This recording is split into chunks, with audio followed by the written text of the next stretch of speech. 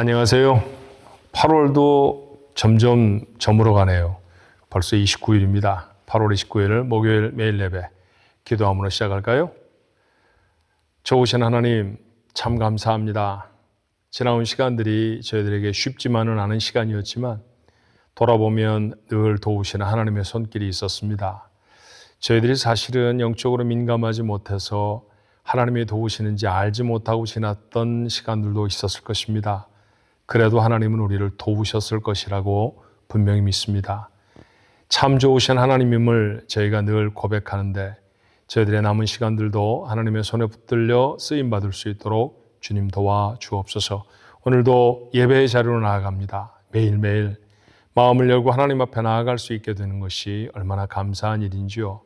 이 귀한 시간에 참여하는 우리 모두가 하나님 허락하시는 귀한 은혜 가운데 있게 하옵소서. 예수님의 이름으로 간절히 기도하옵나이다. 아멘. 함께 부를 찬송은 259장입니다. 예수 십자가에 흘린 피로써 주님의 대속의 죽음을 기억하는 그런 찬송인데 은혜가 우리의 마음에 담겼으면 좋겠네요. 함께 찬송할까요?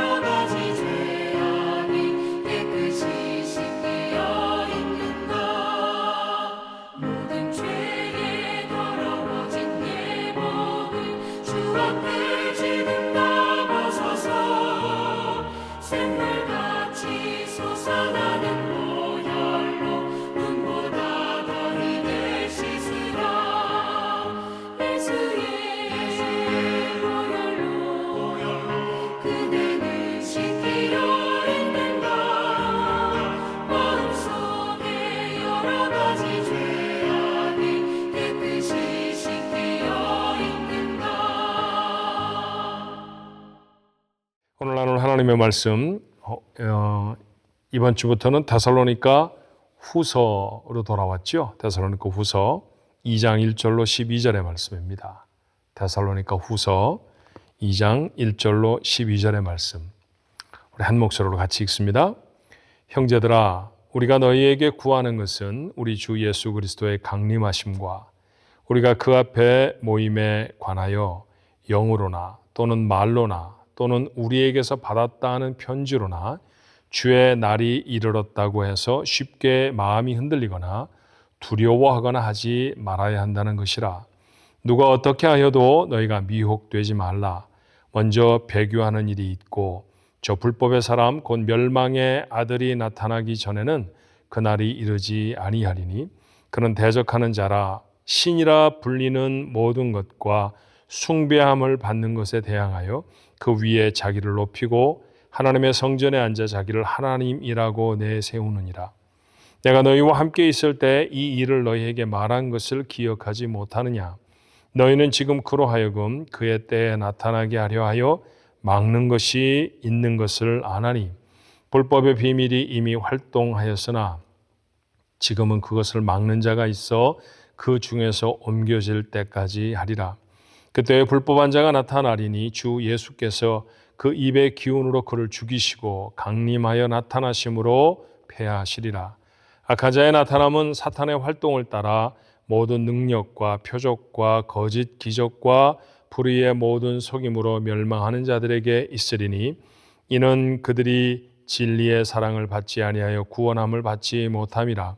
이러므로 하나님이 미혹의 역사를 그들에게 보내사 거짓 것을 믿게 하심은 진리를 믿지 않고 불의를 좋아하는 모든 자들로 하여금 심판을 받게 하려 하심이라. 아멘. 데살로니가 후서 우리가 함께 묵상합니다. 데살로니가 후서는 전서를 보내고 나서 데살로니가 전서를 보내고 나서 곧 이어 보내진 편지입니다. 바울에게 긴급한 소식이 전해졌던 것 같아요. 오늘 2절의 말씀에 보니까 영어로나 또는 말로나 또는 우리에게서 받았다는 편지로나 주의 날이 이르렀다고 해서 쉽게 마음이 흔들리거나 두려워하거나 하지 말아야 한다는 것이라 그랬습니다. 바울이 그랬다 하는 말로 전합니다. 또 바울이 보낸 편지에 그런 말이 있다 이렇게 말하는 사람도 있었습니다. 그러니까 바울의 권위를 힘입어서 전하는 이야기가 무엇이었을까요? 주의 날이 이르렀다. 종말이 되었다라고 하는 말입니다. 그런 가르침, 거짓된 가르침이죠. 아직은 때가 이르지 않았습니다. 근데 그런 가르침을 들었을 때 교회는 좀 혼돈스러웠을 것 같아요. 첫 번째는 두려움이 임합니다. 자, 2절의 말씀에 보니까 쉽게 마음이 흔들리거나 두려워하거나 하지 말아야 한다는 것이라 바울이 이렇게 말하는 것으로 봐서 데살로니가 교회를 이루고 있었던 성도들도 두려워졌을 것입니다. 여러분 그렇지 않겠어요? 종말은 심판의 때입니다. 주님이 다시 오신다. 첫 번째 오신 주님이 구원자로 오셨다고 하면 다시 오실 주님은 심판자로 오십니다. 심판을 받게 되는 거잖아요. 그러니까 내가 심판을 받을지 받지 않을지에 대한 두려운 마음이 있었을 것입니다. 그런 두려움이 교회에 엄습합니다. 또 한 가지는 아마 삶을 회피하는 사람들도 생기지 않았을까 싶어요. 3장에 있는 말씀인데요. 오늘 우리는 2장 12절 말씀까지 읽었습니다만 3장에 넘어가면 고린도 교회 성도들이 조금 바울의 생각과는 다르게 게으름과 나태함 속에 빠져버립니다. 자, 게으름과 나태함 속에 빠졌다는 얘기를 종말에 대한 이야기로 의미를 담아서 생각하면 이런 거죠. 이제 다 끝인데 뭐로 이런 일을 해? 직장 생활을 하던 사람이 예를 들면 주님이 오셨는데 내가 출근하면 뭐해? 이러고 안 했다는 얘기예요. 더 이상 아이를 돌보는 일도 더 이상 자신에게 주어진 일들도 회피하고 하지 않게 되는 사람들이 있었을 것입니다. 질서는 깨어져 버렸고 삶은 나태해졌죠. 이런 소식을 바울이 듣습니다. 그래서 고린도 전서를 보낸 지 얼마 되지 않아서 그는 다시 고린도 후서, 이 데살로니가 후서라고 하는 성경을 그들에게 고린도 지역에서 써서 보내게 됩니다. 그것이 여러분 오늘 우리가 2장을 읽고 있습니다만 함께 묵상해야 하는 데살로니가 후서의 말씀이죠. 그렇다고 하면 종말에 대한 바울의 가르침은 무엇이었을까요? 한마디로 말하면 not yet, 아직은 아니라는 겁니다. 아직은 주의 날이 이르지 아니하였다는 거예요. 왜냐하면 주의 날이 이르려고 하면은 명백한 징조가 먼저 와야 한다는 것입니다. 첫 번째 징조는 무엇인가요? 3절 전반절에 있는 것처럼 먼저 배교하는 일이 있고, 배교하는 일이 먼저 있어야 합니다. 신앙을 저버리고 신앙을 떠나는 사람들이 많이 생겨져야 한다는 것이죠. 사실 시점으로 봐서는 조금 배교가 일어나기에는 적당한 시간은 아니죠. 왜냐하면 이제 막 복음이 전해지기 시작하지 않았습니까?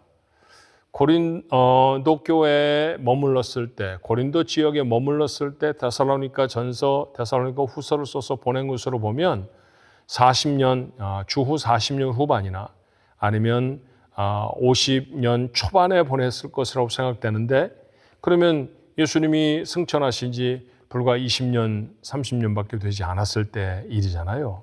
그러니까 지금 그 당시로 생각하면 복음이 전해져야 할 상황이지, 지금 벌써 복음을 받아들인 사람이 배교한다라는 얘기는 복음이 전해지지도 않은 사람들에게 무슨 배교가 있겠습니까? 그러니까 그런 배교는 아직 일어나지도 않았다는 거예요. 두 번째는 3절 하반절에 있는 말씀입니다. 저 불법의 사람, 곧 멸망의 아들이 나타나기 전에는, 주님의 날이 이르를 때에는 그 전에 반드시 이 멸망의 사람, 불법의 사람이라는 사람이 나타나게 된다는 것입니다. 불법의 사람에 대한 설명은 구구절절 여러 가지가 있을 것입니다만, 오늘 성경에 말한 대로 보면 그가 자기를 하나님이라고 내세우는 사람이라는 거예요. 하나님처럼 왕위를 주장하고 했던 로마 황제들이 있었을 것이고요. 네로와 같은 사람에게 핍박을 당할 때 아마 네로가 이 불법의 사람이 아닌가 생각했던 초대교회 성도들도 있었을 것입니다. 그렇지만 그 정도의 인물이 사실은 아닌 것이죠. 전 세계적으로 영향을 끼쳐서 하나님을 자처할 만한 그런 인물이 나타난다는 것입니다. 그런데 그런 인물은 아직은 나타나지 않았을 때였습니다. 이들이 아직 나타나지도 않았고 이런 일들이 생기지도 않았다고 하면 아직 주의 날은 이르지 않았다. 그러니까 마음의 평중심을 갖고 질서를 찾고 너희들이 맡은 일들을 최선을 다해서 여전히 감당해야 한다. 복음이 전해지는 일에 우리가 좀 더 쓰임을 받아야 한다라고 하는 것이 바울의 가르침입니다. 2000여 년 전쯤에 고린도에 있었던 바울이 데살로니가에 살고 있었던 교인들을 향해 보내진 편지에 적혀져 있는 말씀이죠. 우리는 그 말씀을 읽습니다. 그런데 이 말씀을 읽으며 두려운 마음이 드는 까닭은 뭘까요? 그러니까 데살로니가 후서가 기록된 것으로 시점을 따지면 지금은 2000여 년이나 지났죠. 지금은 어떤 상황에 놓여 있다고 여러분은 생각하십니까? 정말 많은 사람들이 복음을 등지고 있습니다. 팬데믹이 지나가면서 교회에 우려할 만한 상황 중에 하나는 뭐냐 하면 신앙을 버리는 사람들이 많아졌다는 것이죠. 단지 교회를 안 나오고 예배를 정기적으로 드리지 않는다, 그 정도의 차원을 떠나서 아예 신앙을 떠나버리는 사람들, 오늘 성경이 말하는 대로 말하면 배교하는 사람의 비율이 지난 어떤 세대와 비교도 되지 않을 정도로 급속화되어지고 많아졌다라고 하는 상황을 우리는 만나고 있어요. 나아가서 자칭 하나님이라고 하는 사람들도 굉장히 많아졌습니다. 이 세상에 아마 내가 하나님이다라고 말하는 사람을 다 모아놓으면 수천 명도 넘을지 모릅니다. 그런 생각이 들지 않으십니까? 주님의 날이 혹 이런 것은 아닐까? 팬데믹을 지나가면서 교회가 이처럼 배교하는 사람들을 많이 만나면서 주변에 하나님이라고 자처하는 사람들이 많아지는 것을 보면서 어떤 사람들은 종말의 때입니다. 정말 주님의 날이 이르렀습니다. 라고 말하는 사람도 있습니다. 제가 거기에 바울처럼 답해야 할 것 같습니다. 저의 대답도 not yet, 아직은 아닌 것 같습니다. 더 큰 배교가 일어나야 할 것입니다. 그 배교는 더 집요해져서 예수를 믿는 교회를 지속적으로 핍박하는 그런 시대가 도래할 것입니다. 그것이 바로 말세, 종말에 이루어질 징조라고 하는 것을 예수님이 우리에게 세상에서 떠나 하늘로 승천하시기 전에 가르쳐 주신 말씀이기 때문에 우리는 그렇게 압니다. 근데 지금 많은 사람들이 배교한다고 해서 교회 전체적으로 위기가 올 정도로 그렇게 배교하는 상황도 아니고요.